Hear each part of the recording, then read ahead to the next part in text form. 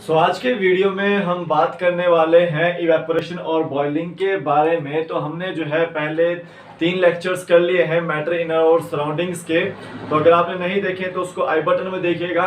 और हम जो है मैटर का जो है वो तीसरा जो है लेक्चर करने जा रहे हैं। इवेपोरेशन और सराउंडिंग्स के बारे में पढ़ेंगे हम इसमें। इससे पहले जो है हमने इफेक्ट ऑफ टेम्परेचर पढ़ा था और इफेक्ट ऑफ प्रेशर पढ़ा था कि सॉलिड पर टेम्परेचर का क्या इफेक्ट पड़ता है, लिक्विड पर क्या पड़ता है, गैसेस पर क्या पड़ता है और प्रेशर का क्या इफेक्ट पड़ता है। तो आप उसको पहले देखिएगा, उसके बाद जो है आप पढ़ने की कोशिश कीजिएगा। तो यहाँ पे एक बार क्यों कोट देख लीजिए, किसी दूसरे को देखकर उसकी तरह बनने की कोशिश मत करो, खुद को क्या कर सकते हो ये करने की कोशिश करो। ठीक है, तो ये कोट आपको समझ आ ही गया होगा कि किसी भी दूसरे को देखकर जो है उसकी तरह बनने की कोशिश मत करो, खुद क्या कर सकते हो आप उस वैसा करने की कोशिश करो। तो देखो हमारी जो है एक जीके ट्रिक ऐप है। तो इस ऐप पर जो है आपको सबसे पहले तो लिंक इसका डिस्क्रिप्शन बॉक्स में है, आपको वहां से डाउनलोड कर लेनी है। ठीक है, हमारे द्वारा जो जितने भी कोर्सेज बनाए गए हैं, चाहे वो आपका सीडीपी का हो, चाइल्ड डेवलपमेंट पेडागोगी का जो सीटेट के लिए काम आता है आपको, चाहे वो एचपीएसएससी के नोट्स हो, तो वो आपके जितने भी हिमाचल रिलेटेड एग्जाम्स होते हैं उनके लिए लाभदायक रहते हैं। जैसे आपका टीजीटी नॉन मेडिकल का पेपर होता है, ठीक है, या टेट मेडिकल का पेपर होता है, ठीक है, तो उनके लिए जो है वो प्रीवियस क्वेश्चन पेपर भी आपको यहाँ पर मिल जाएंगे। तो ये जो नोट्स हैं आपके वो 220 रुपीज के हैं। ये सीटेट के नोट्स जो आपके 200 रुपीज के हैं और ये आपको 30 रुपीज के हैं। तो लिंक इनके भी डिस्क्रिप्शन बॉक्स में मैंने डाल दिए हैं, आप इसको परचेज कर सकते हैं। ठीक है, और देखिए जीके ट्रिक ऐप जो है मैंने इसीलिए बनवाई है आपको, ताकि मैं आपको वहां पे नोट्स प्रोवाइड कर सकूं। ठीक है, तो आज हम जो बात करने वाले हैं वो करने वाले हैं इवेपोरेशन और बॉइलिंग की। इवेपोरेशन के बारे में बात करने वाले हैं। ठीक है, इवेपोरेशन के बारे में हम बात करने वाले हैं। तो देखिए इवेपोरेशन और बॉइलिंग, यहां पर मैं बॉइलिंग लिख देता हूं। बॉइलिंग, इवेपोरेशन और बॉइलिंग दोनों सेम ही थिंग एक तरह से है, बट थोड़ा थोड़ा इसमें डिफरेंस है। देखो बॉइलिंग में क्या होता है कि यहाँ पर भी जो है वो लिक्विड से गैस में कन्वर्जन होता है, गैसियस स्टेट में कन्वर्जन होता है। और इवेपोरेशन में भी क्या होता है कि यहाँ पर भी जो है लिक्विड से गैसियस स्टेट में जो है वो कन्वर्जन होता है। ये आपको याद रखना है कि पहला पॉइंट जो था यहाँ पर कि पहला पॉइंट जो है वो दूसरा, पहला पॉइंट जो है यहाँ पर वो दोनों का जो है वो सेम ही है। अब देखिए यहाँ पर क्या होता है कि जो इवेपोरेशन है आपका, ये सरफेस फिनोमिना है, सरफेस फिनोमिना है। और जो ये बॉइलिंग है आपका, ये बल्क फिनोमिना है। देखो आपने फिनोमिना के बारे में पढ़ा होगा कि जितने भी आपके फिनोमिनाज होते हैं वो फिजिक्स से रिलेटेड होते हैं। तो यहाँ पर मैं आपको सरफेस फिनोमिना और बल्क फिनोमिना के बारे में बताने जा रहा हूं। ठीक है, मान लीजिए आपने यहाँ पर जो है प्लेट में पानी डाला हुआ है। ठीक है, प्लेट में पानी डाला हुआ है। तो देखिए यहाँ पर क्या हो रहा है कि यहाँ से जो है आपका सरफेस के ऊपर से जो है आपका धीरे धीरे जो है पानी जो है वो लिक्विड से गैसेस की फॉर्म में जो है जा रहा है, लिक्विड से गैसेस की फॉर्म में जा रहा है या फिर वेपर्स की फॉर्म में जो है वो जा रहा है। क्यों? क्योंकि उसको जो है हीट सराउंडिंग से भी मिल रही है और हीट जो है वो उसको अंदर से भी मिल रही है। ठीक है, तो ये देखिए ये आपका सरफेस से अगर जाएगा तो आपका क्या होगा, वो आपका सरफेस फिनोमेना होगा। अब दूसरा एग्जांपल मैं देता हूं, मान लो ये आपका इवेपोरेशन हो रहा है। ठीक है, तो यहां पर देखो पार्टिकल्स होते हैं, इसके अंदर पार्टिकल्स होते हैं। अब देखिए पार्टिकल्स, दो पार्टिकल्स के बीच में क्या होती है, वो इंटरमोलिक्यूलर फोर्सेज ऑफ अट्रैक्शन होती है। जब इंटरमोलिक्यूलर फोर्सेज ऑफ अट्रैक्शन होगी तो वहां पर एक एनर्जी जनरेट होती है। तो एनर्जी किस में कन्वर्ट होती है, वो आपकी हीट में कन्वर्ट होती है। तो देखिए जब यहां पर देखिए कि यहां पर क्या होता है कि सरफेस पर ही जब एनर्जी जो है वो सरफेस पर ही रहती है तो आपको क्या होगा, वह सरफेस फिनोमेना होगा। ठीक है, यानी कि सरफेस के मॉलिक्यूल ही जो है वहां पर काम करते हैं, तो आपका क्या होगा, वो सरफेस फिनोमेना होता है। ठीक है, ये आपको याद रखना। तो evaporation is a surface phenomena. ठीक है, और ये जो इवेपोरेशन की जो प्रोसेस है वो आपकी स्लो प्रोसेस है एक तरह से। ये आपको याद रखना है कि ये स्लो प्रोसेस होता है। एज इन केस आपको बता दूं कि जैसे रिवर्स में होता है, रिवर्स में जो है इवेपोरेशन आपको देखने को मिलता है। ठीक है। तो वहां पर क्या होता है कि वो एक तरह से लिक्विड जो है वहां पे सरफेस के ऊपर से जो है इवेपोरेट होता रहता है। लिक्विड जो है यानी कि पानी का जो रिवर का ऊपर का जो सतह होता है, ऊपर वाला पानी होता है, वो जो है इवेपोरेट होता रहता है धीरे धीरे। ठीक है। तो वो किस में कन्वर्ट होता है, आपका वेपर्स में कन्वर्ट होता है और वो गैसेस स्टेट में कन्वर्ट होता है। ठीक है, ये चीज आपको याद रखना है। और तीसरा ये भी याद रखना है कि इवेपोरेशन जो होता है वो एट एनी टेम्परेचर, किसी भी टेम्परेचर पे हो सकता है। ये 100 डिग्री सेल्सियस पे भी हो सकता है या आपका 10 डिग्री सेल्सियस पे भी हो सकता है। ठीक है। बस इसको क्या क्राइटेरिया है कि इसको नीचे से जो है बॉडी की हीट मिलनी चाहिए, किसी भी बॉडी की जो है वहां पे हीट मिलनी चाहिए या सराउंडिंग से हीट मिलनी चाहिए, तो वहां पर इवेपोरेशन होता है। ठीक है, ये आपको याद रखना है। इसको मैं मिटा देता हूं। तो देखिए, अभी मैंने आपको बताया कि इवेपोरेशन जो है वो सरफेस फिनोमिना है। अब बॉइलिंग क्या है? बॉइलिंग में क्या होता है कि मान लो ये आपका लिक्विड है कोई, और इसमें जो है आपके पार्टिकल्स हैं, उसके लिक्विड के पार्टिकल्स।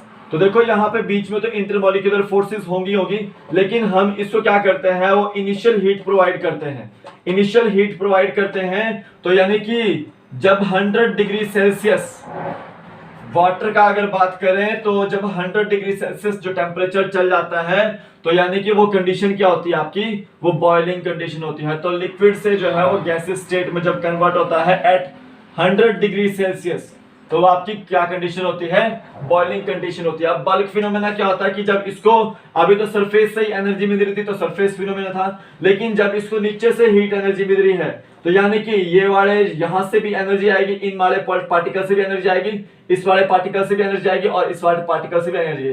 तो होल यानी कि सरफेस से नहीं बल्कि नीचे वाले पोर्शन से या बल्क से भी जो है एनर्जी आती है, तो आपकी वो बल्क फिनोमेना होती है। और इट इज द फास्टेस्ट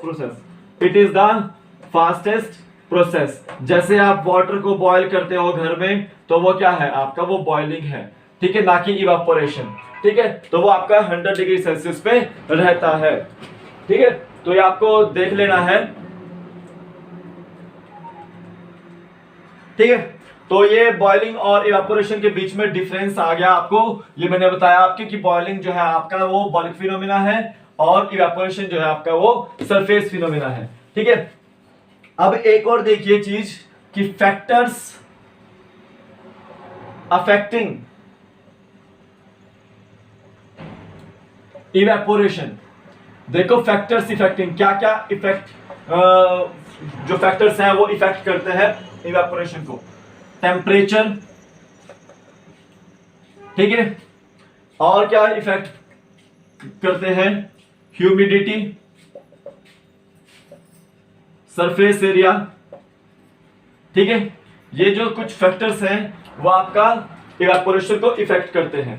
ठीक है, देखिए अब अगर हम टेम्परेचर इंक्रीज करते हैं तो या क्या होगा कि इवेपोरेशन भी जो है वो इंक्रीज होगी। क्या होगी, वो इंक्रीज होगी। ठीक है, ठीक है, इवेपोरेशन टेम्परेचर अगर हम किसी चीज का इंक्रीज करते हैं तो इवेपोरेशन भी उतना ही इंक्रीज होता है। ये आपको पता है कि किसी भी चीज को हीट देंगे तो इवेपोरेशन भी उतना जल्दी होगा। ठीक है, अभी सरफेस एरिया की बात करता हूं मैं कि सरफेस एरिया क्या होगा। मान लो आपने एक गिलास में पानी डाला है और एक गिलास, एक प्लेट में ही उतना ही जो है पानी आपने डाला हुआ है। ठीक है, तो जिसका एरिया ज्यादा होगा तो वहां पर जो है जल्दी जो है इवेपोरेशन होगी। ठीक है, प्लेट वाले में जो है जल्दी जो है ऊपर से इवेपोरेशन हो जाएगी, बल्कि इस वाले में जो है कम होगी, गिलास वाले में कम होगी। तो देखिए अगर सरफेस एरिया ज्यादा होता है तो इवेपोरेशन भी क्या होगा आपका, ज्यादा होगा। ठीक है, अगर सरफेस एरिया कम हुआ तो इवेपोरेशन भी कम होगा। ठीक है, अब ये देखिए ह्यूमिडिटी टर्म क्या होती है। मान लो कि हमारा एनवायरनमेंट है, हमने जो है यहाँ पर जो है कपड़े सुखाए हुए हैं, ये कपड़े सुखाए हुए हैं। ठीक है, अब मान लो कि हमारा एनवायरनमेंट जो है वो जंगल वाला है, फॉरेस्ट वाला इलाका है। तो मतलब क्या है कि वहां पर जो है एटमॉस्फेयर में जो है वो ठंडा वातावरण होता है। अब वो ठंडा वातावरण क्यों होगा, क्योंकि वहां पर जो है वो एटमॉस्फेयर में हमारे किस चीज के पार्टिकल्स हैं, वो लिक्विड के पार्टिकल्स हैं।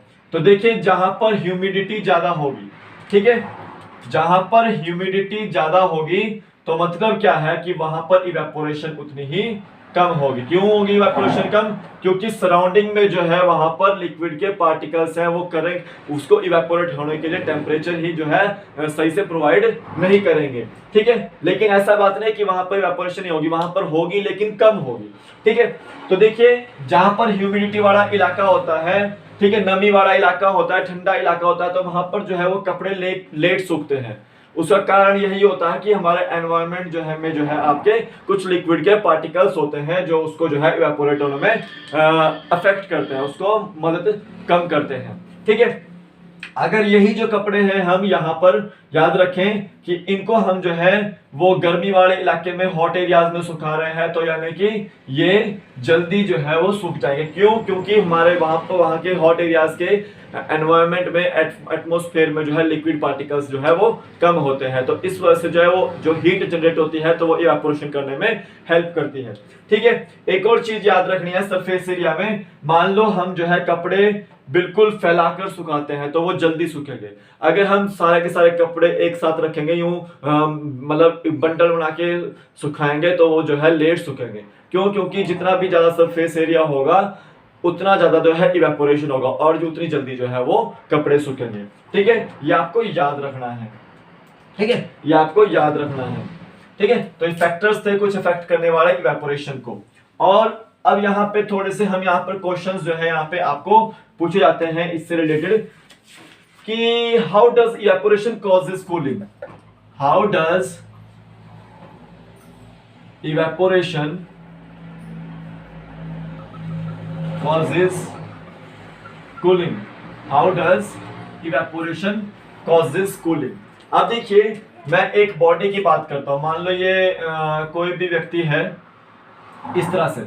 ठीक है, ये कोई भी व्यक्ति है, ये मेरा शरीर बन गया कुछ इस तरह से।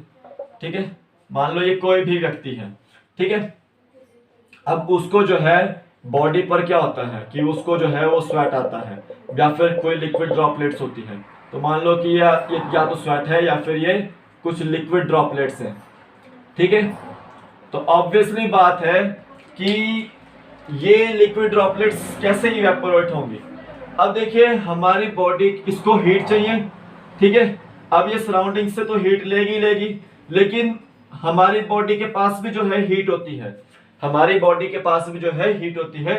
तो वो ये जो हीट होती है वो बॉडी हमारी इस्तेमाल करती है। तो जैसे ही इसको हीट मिलेगी इन स्वेट पार्टिकल्स को, तो यहां से जो है आपका ये स्वेट पार्टिकल्स जो होंगे वो इवेपोरेट हो जाएंगे। ठीक है, तो जब इवेपोरेट होगा कोई भी चीज या फिर बॉडी से हमारा जो है कोई भी स्वेट का पार्टिकल जो है इवेपोरेट होता है तो वहां पर जो है ठंडक पड़ती है। तो यही कारण है कि जो जब इवेपोरेशन होती है तो जो है वहां पर कूलिंग होती है। तो जब भी इवेपोरेशन होगी तो वहां पर जो है कूलिंग आपको देखने को मिलेगी। क्यों? क्योंकि हमारी जो है अंदर की हीट भी जो है वो इवेपोरेशन में करने में हेल्प कर रही है और बाहर की सराउंडिंग की हीट भी जो है वो इवेपोरेशन करने में हेल्प कर रही है। तो जैसे ही इवेपोरेशन होगी वहां पर जो है कूलिंग जो है आपको महसूस होती है। ठीक है, तो आप इसका एक और एग्जांपल भी ले सकते हैं कि अगर आप पाम पे जो है अपने हथेली पे जो है कपूर रखोगे तो वो भी जो है थोड़ी थोड़ी देर बाद जो है वो आपका इवेपोरेट होना स्टार्ट हो जाता है। ठीक है, और उसके बाद जो है आपको थोड़ी थोड़ी ठंडक जो है महसूस होनी स्टार्ट हो जाती है। सैनिटाइजर लगाते हो तो सैनिटाइजर में भी यही होता है क्राइटेरिया की जो है आपका वो इवेपोरेट होना स्टार्ट हो जाता है। क्यों होता है? क्योंकि उसको बॉडी से हीट मिल रही होती है, तो उस वजह से जो है वहां को उसकी भी सैनिटाइजर से भी जो है कूलिंग मिलती है। ठीक है, अब देख लीजिए यहाँ पे एक और क्वेश्चन यहाँ पर ये बनता है कि why should we wear cotton clothes in summer. Why should we wear cotton clothes in summer. तो देखो हम जो है कॉटन क्लोथ्स जो है वो समर में क्यों पहनते हैं। मान लो ये हमारी बॉडी है, हमने जो है ये कॉटन क्लोथ जो है ये पहना हुआ है। ठीक है, ठीक है, अब देखो हम समर में जो है वो कॉटन क्लोथ्स क्यों पहनते हैं। क्योंकि ये जो कॉटन क्लोथ्स है ये गुड ऑब्जॉर्बर है आपके स्वेट के लिए, गुड ऑब्जॉर्बर ऑफ स्वेट। तो देखो हमारी बॉडी जो है वहां पर हीट रिलीज करती है। अब हीट रिलीज करेगी, ठीक है। तो वो क्या होंगे, स्वेट पार्टिकल जो अब्सॉर्ब किए हुए हैं कॉटन क्लोथ्स में, वो क्या होंगे, वो इवेपोरेट हो जाएंगे उसकी वजह से, ठीक है, वो इवेपोरेट हो जाएंगे। तो यहाँ भी जो है हमारे को जो है गर्मियों में जो है वो कूलिंग महसूस होती है जब हम स्वेट क्लोथ्स को पहनते हैं। क्यों? क्योंकि वहां पर जो है बॉडी से भी आपको हीट मिल रही है और सराउंडिंग से भी हीट मिल रही है। तो ये जो पार्टिकल है आपके स्वेट के पार्टिकल्स, वो इवेपोरेट होते हैं। तो जब इवेपोरेट होंगे तो वहां पर जो है वो कूलिंग आपको महसूस होती है, ठीक है, ठीक है। एक और ये क्वेश्चन भी बनता है कि जब आप एक गिलास में जो है बर्फ डालते हो या ठंडा ठंडा पानी डालते हो तो उसके बाहरी परत में जो है आपको वाटर ड्रॉपलेट्स दिखती है, ठीक है। वो कैसे होता है? तो इसका जो मेन रीजन ये बताता हूं कि देखिए यहां पर जो है आपका कूलिंग टेम्परेचर है, कूलिंग टेम्परेचर है, ठीक है। यहाँ पर आपका अंदर जो है आपका कूलिंग टेम्परेचर है, क्योंकि हमने यहाँ पर क्या डाली है, वो आइस डाली हुई है या आइस वाटर हमने यहाँ पर डाला हुआ है। तो ये क्या करती है, ये अपने सराउंडिंग्स को भी ठंडा करती है, ठीक है। तो ये अपने सराउंडिंग्स को भी क्या करती है, वो कूल डाउन करती है। तो जब भी देखिए हमारे सराउंडिंग्स में क्या है, हमारे सराउंडिंग में गैस है, तो जैसे ये कूल डाउन करेगी गैस को, तो वो गैस किस में कन्वर्ट होगी, वो गैस जो है वो कंडेंसेशन प्रॉपर्टी शो करेगी।